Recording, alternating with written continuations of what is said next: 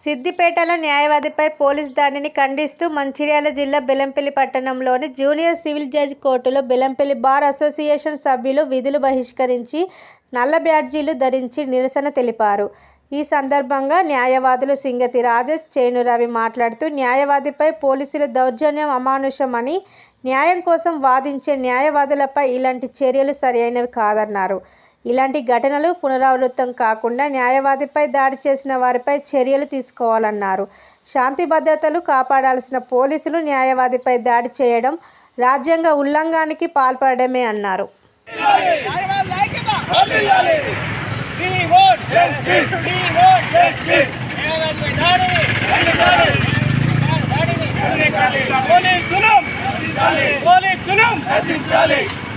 మా సిద్దిపేట న్యాయవాది అయిన శ్రీ రవికుమార్ గారిపై ఏఎస్ఐ అమానుషంగా దాడి చేసి అతను చెందడం జరిగింది. దానికి నిరసనగా మాకు state federation of bar association అన్నీ కలిపి నిరసనకు పిలుపునివ్వడం జరిగింది. దానికోసం కానీ తెలంగాణ రాష్ట్ర వ్యాప్తంగా అన్ని బార్లు నిరసన తెలుపుతున్నారు. కావున మేము కూడా నిరసన చేస్తున్నాం. దీని మీద ఆ ఏఎస్ఐ ఎవరైతే ఉన్నారో అతను చర్య తీసుకొని ఆయన సస్పెండ్ చేయాలని కోరుతున్నాం.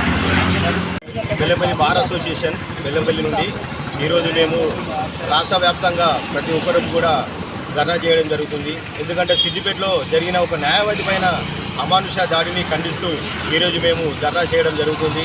అయితే కొత్త చట్టాలు వచ్చినప్పటికీ కూడా ఆ కొత్త చట్టాల్లో అతి క్లిష్టమైన సెక్షన్లు అమల్లో ఉన్నప్పటికీ కూడా పోలీసు వాళ్ళు న్యాయవాది పైన దాడి చేయడం చాలా అమానుషకరణము. ఎందుకంటే అతనిపైన క్రిమినల్ కేసు బుక్ అయిన ఒకవేళ రిజిస్టర్ అయినప్పటికీ వెంటనే రిజిస్టర్ అయినప్పటికీ కూడా మళ్ళా తర్వాత అతని తరపున మేమే న్యాయవాదులము వాదించడానికి ముందు రావాల్సి వస్తుంది. కాబట్టి అటువంటి న్యాయవాది పైన చేయి చేసుకోవడము చాలా అమానుషము. పోలీసు వాళ్ళు ఇది గ్రహించాలి. మీ పైన కూడా కేసులు ఏమైనా రిజిస్టర్ అయితే అదే న్యాయవాది మేమే దగ్గరుండి మీ పైన కేసులను మేము కాదు అని చెప్పేసి నిరూపించాల్సిన న్యాయవాది పైన ఇటువంటి చేతులు చేసుకోవడము చాలా బాధాకరము. ఎందుకంటే మీరు కూడా చట్టానికి అతిథులే, మీరు చట్టం ఎవరికి కూడా చుట్టం కాదు. కాబట్టి ప్రతి ఒక్కరు కూడా ఇది దృష్టిలో పెట్టుకొని ఏ న్యాయవాది పైన కూడా దాడికి ప్రయత్నిస్తే ఇది పోలీసు వారే కానీ మరి ఏ ప్రైవేటు వ్యక్తులు కానీ ఇటువంటి సంఘటన చేస్తే కఠినమైన చర్య ఉంటుందని చెప్పేసి సిద్దిపేట న్యాయవాదికి మేము అతనికి ప్రొటెక్షన్ కోసం ఈరోజు మేము ధర్నా చేస్తున్నాము. అడ్వకేట్ యాక్ట్, ప్రొటెక్షన్ యాక్ట్ వెంటనే కూడా తీసుకురావాలని చెప్పేసి బార్ కౌన్సిల్ ఏదైతే హైకోర్టు వారు ఉన్నారో వాళ్ళకు కూడా మేము విజ్ఞప్తి చేస్తున్నాం. దయచేసి తొందరగా అడ్వకేట్ ప్రొటెక్షన్ యాక్ట్ను తొందరగా తీసుకొస్తే బాగుంటుంది.